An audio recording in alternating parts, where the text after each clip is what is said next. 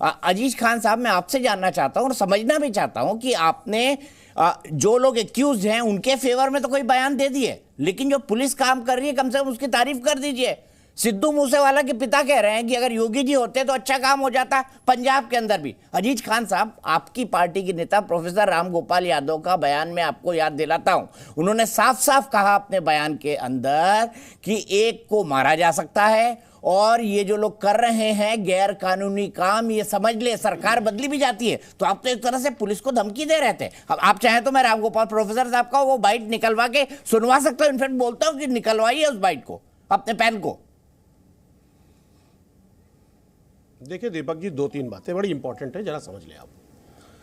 Samajwadi party कभी भी अपराधी के साथ नहीं रही और अपराधी को कभी इसने संरक्षण नहीं दिया। तो अतीक अहमद को एमपी क्यों बनवाया? कहने का आशय क्या है? सुनिए, अरे सुनिए, अरे सर सुनिए ना, आप ये सब बात करने से कोई फायदा नहीं है। बात है अपराधी हो, अपराधी सर, एक बात जानिए। अच्छा, मैंने कोई गलत सवाल पूछा क्या? वो 2004 से माननीय सांसद समाजवादी पार्टी फूलपुर नहीं थे? सर आप मुझे बोलने का मौका ही नहीं देंगे दीपक जी, आप तो फिर हम बात क्या रखेंगे? नहीं बोलिए ना, लेकिन सवाल का जवाब आप स्पष्ट कर ले। नहीं सर सवाल का ही जवाब देंगे, आप पहले बोलने दें मुझे। देखिए 2-3 बातें बड़ी स्पष्ट हैं। आप कह रहे हैं कि साहब अपराधियों पर कार्रवाई हो रही है। कौन सी कार्रवाई अपराधियों पर हो रही है? अपराधियों को आप मार दे रहे हैं। अगर अपराधियों को मार देंगे तो सबूत तो आप नष्ट कर रहे हैं, और हो सकता है कि कुछ ऐसे अपराधी हो जो इसमें संलिप्त हो, उनके बारे में कैसे पता चलेगा? अगर आप इनकाउंटर भी कर रहे हैं, मार भी रहे हैं, मुठभेड़ दिखा रहे हैं, तो आप कमर के नीचे मार सकते हैं। यानी आप कहीं ना कहीं सबूतों को नष्ट कर रहे हैं, पहली बात। यानी असली अपराधी हो सकता है बच जाए। हम अपराधी के काउंटर पे, अपराधी के मुठभेड़ पे अपराधी को सजा देने के खिलाफ नहीं है। समाजवादी कभी खिलाफ नहीं है। पहली बात काउंटर के खिलाफ है, समर्थन में तरीके पे। चलिए एक सवाल का जवाब दे दीजिए, काउंटर के समर्थन में या खिलाफ है? अरे सर बात तो सुने ना सर, इनके इनकाउंटर तो बड़े फेमस हैं। तमाम फर्जी इनकाउंटर किया गया। आप देखिए नेशनल ह्यूमन राइट कमीशन ने बाकायदे नोटिस जारी किया कि सबसे ज्यादा फेक इनकाउंटर यूपी में हुआ है। मैं आपको एक फहरिस्त सुना दूं, चाहे वो मुकेश राजभर का इनकाउंटर हो, रामजी पासी का इनकाउंटर हो, जय हिंद का इनकाउंटर हो, सुमित गुजर का इनकाउंटर हो, आदेश यादव का इनकाउंटर हो, ये सब सवाल के घेरे में रहा है। और अगर ये सवाल के घेरे में रहा है तो इससे जाहिर सी बात है कि पुलिस के कार्रवाई पर कहीं ना कहीं बड़ा सवालिया निशान है।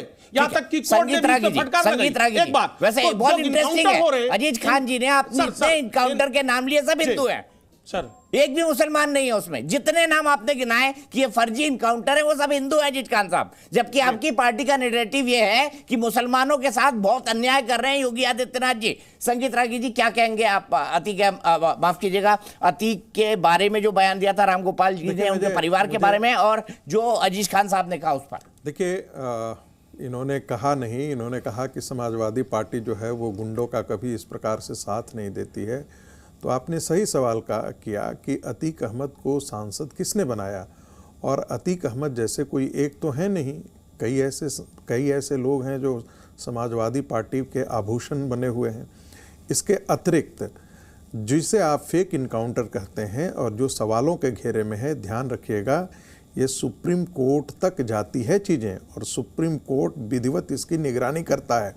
उसके पास उसको सबूत दिए जाते हैं, और उत्तर प्रदेश में आज तक सुप्रीम कोर्ट में कोई ऐसा केस नहीं साबित हुआ है जिसमें ये कहा जा सके कि ये फेक इनकाउंटर था। इसलिए इसको आप अपनी बातों को वापस ले लीजिए तो बेहतर होगा।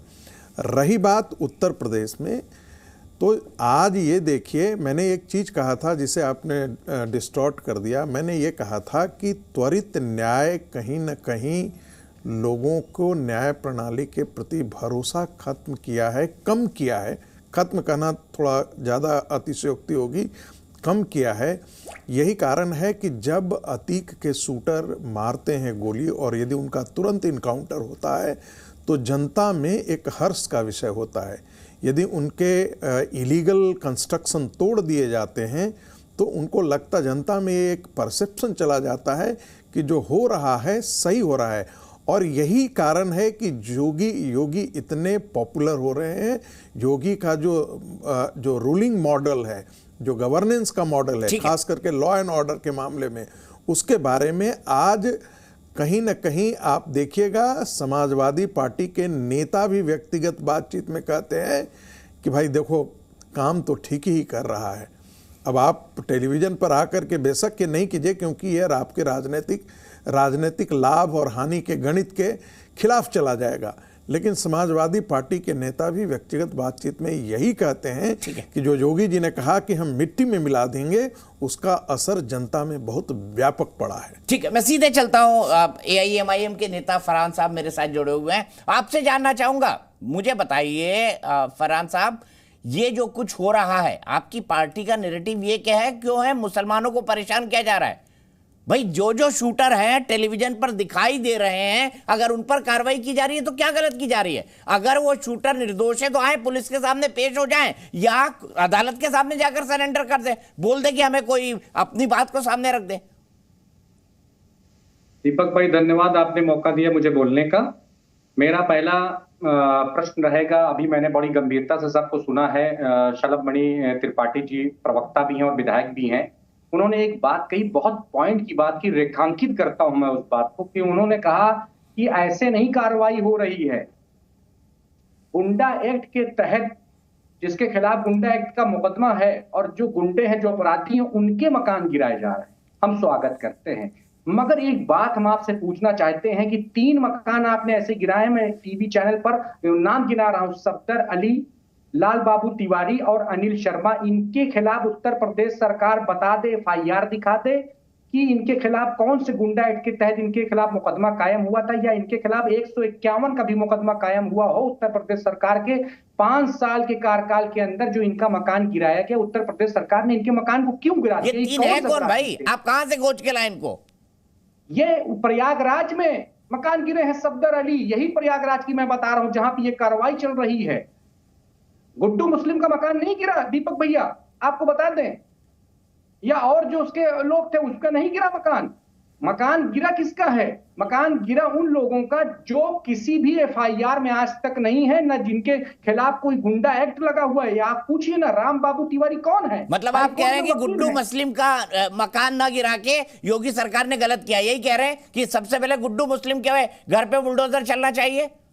बिल्कुल चलाते, गुड्डू मुस्लिम के घर पे बुलडोजर। ठीक है, शलभ मणि त्रिपाठी जी के पास चलते हैं, जवाब ले लेते हैं। शलभ जी क्या कहेंगे आप फरहान साहब की बात के बारे में? बहुत अच्छी बात है फरहान साहब की इस बात का मैं स्वागत करता हूं कि फरहान साहब ने कहा कि गुड्डू मुस्लिम का, अतीक अहमद का और तमाम सारे जो लोग हैं उनका मकान गिरा देना चाहिए। ये फरहान साहब की इस बात का स्वागत होना चाहिए दीपक भाई, कि ठीक है इनसे हमारे वैचारिक मतभेद हो सकते हैं, लेकिन फरहान साहब और AIMIM जिनकी पार्टी है और लाल बाबू तिवारी और शर्मा का मकान बोलने दीजिए फरहान साहब, बोलने दीजिए। आप ही की बात को मैं तो आप ही की सराह रहा हूं कि फरहान साहब और AIMIM चाहती है कि अतीक अहमद का और गुड्डू मुस्लिम का इनका मकान गिरा दिया जाए, तो निश्चित तौर पे कार्रवाई चल रही है और आप निश्चित रहिए आपको ऐसे कार्रवाई देखने को मिलेगी फरहान साहब कि वो मिट्टी में मिलाने की जो बात है ना, देखिए रोज वीडियोज आ रहे हैं, रोज प्रमाण आ रहे हैं, प्रत्यक्षम किम प्रमाणम, प्रत्यक्ष को प्रमाण बिल्कुल प्रत्यक्ष है और ऐसे प्रमाण मिलते रहेंगे। बाकी आपने जो 3 नाम लिए हैं, मैं आपसे निवेदन करूंगा, आप एक जिम्मेदार पार्टी के प्रवक्ता हैं, तत्काल शिकायत करिए। मैं उस शिकायत का स्वागत करूंगा अगर आप एक भी कार्रवाई बता देंगे कि कोई गैर वाजिब हुई है। ऐसी शिकायतें लगातार प्रदेश में लोगों ने की है, समाजवादी पार्टी के लोगों ने की, कांग्रेस के लोगों ने की, और शिकायतें सुप्रीम कोर्ट तक गई। जैसे दीपक जी ने बताया ना कि सुप्रीम कोर्ट तक गई और वहां से मुंह खा के शिकायतें वापस लौटी हैं, क्योंकि बाकायदे जांच पड़ताल के बाद बाकायदे कार्रवाई होती है और कोई ना कोई उसके पीछे आधार होता है। आप जो कह रहे हैं, आप अपने सिर्फ टीवी पर मत बोलिए, दीपक जी के शो पर मत बोलिए, जिम्मेदार विपक्ष के नाते तत्काल जाकर शिकायत करिए। मैं आपकी शिकायत का स्वागत करूंगा, लेकिन अपराधियों को, गुंडों की पैरवी मत करिए, क्योंकि कई बार ये लगता है जैसे समाजवादी पार्टी प्रवक्ता लिखा होता है ना दीपक भाई, आपने लिखा होता है प्रवक्ता समाजवादी पार्टी।